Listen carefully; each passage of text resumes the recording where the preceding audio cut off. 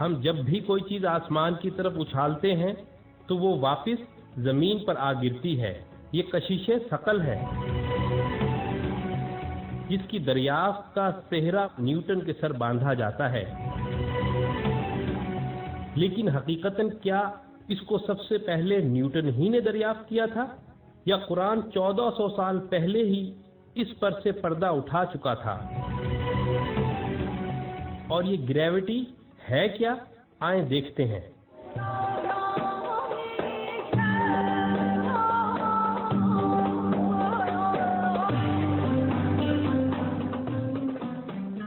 سائنسی تحقیقات کے مطابق کشش ثقل کی پیدائش اس وقت ہوئی جب کائنات صرف ایٹمی ذرات کا دھواں تھی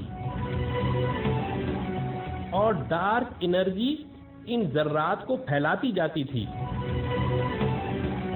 تب گریوٹی نے اس کے برخلاف ذرات کو ملا کر سیارے، ستارے اور کہکشاؤں کو بنانے کا آغاز کیا. قرآن اس تاریخی حقیقت کو سورہ حامیم سجدہ میں یوں بیان کرتا ہے کہ پھر وہ آسمان کی طرف متوجہ ہوا تو اس وقت وہ صرف دھواں تھا. تب ہم نے اس کو اور زمین کو حکم دیا کہ تم دونوں وجود میں آ جاؤ، چاہے خوشی سے چاہے زبردستی.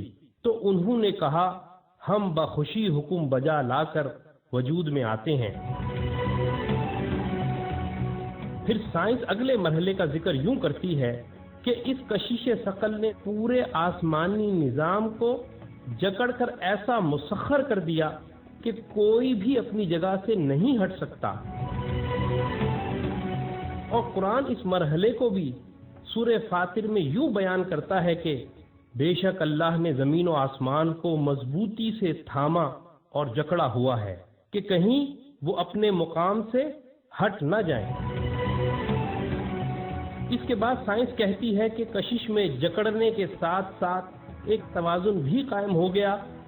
اسی توازن کے حوالے سے قرآن سورہ رحمان میں یوں کہتا ہے کہ اور اس نے آسمان کو بلند کیا اور میزان قائم کر دی، تو اس کا تقاضا یہ ہے کہ تم اس میزان میں خلل نہ ڈالو.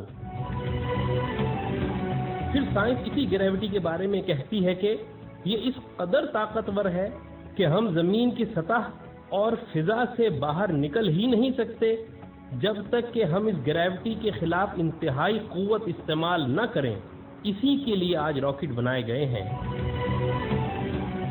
اور اسی عظیم حقیقت کو قرآن یوں بیان کرتا ہے کہ اے گروہ جن و انس، اگر تم زمین و آسمان کی سرحدوں سے نکل کر بھاگ سکتے ہو تو پھر بھاگ کر دکھا دو، اور تم نہیں بھاگ سکتے اس لیے کہ اس کے لیے بہت قوت کی ضرورت ہے.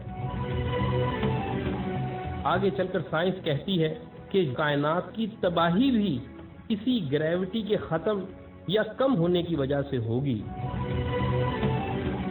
قرآن اس عظیم تباہی کو قیامت کا نام دے کر سورہ حاقہ میں یوں بیان کرتا ہے کہ اور قیامت کے دن آسمان پھٹ جائے گا اور اس دن اس کی بندشیں ڈھیلی پڑ جائیں گی،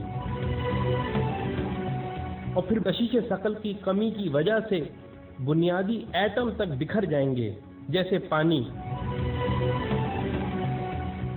ہائیڈروجن جلتی ہے اور آکسیجن جلنے میں مدد دیتی ہے،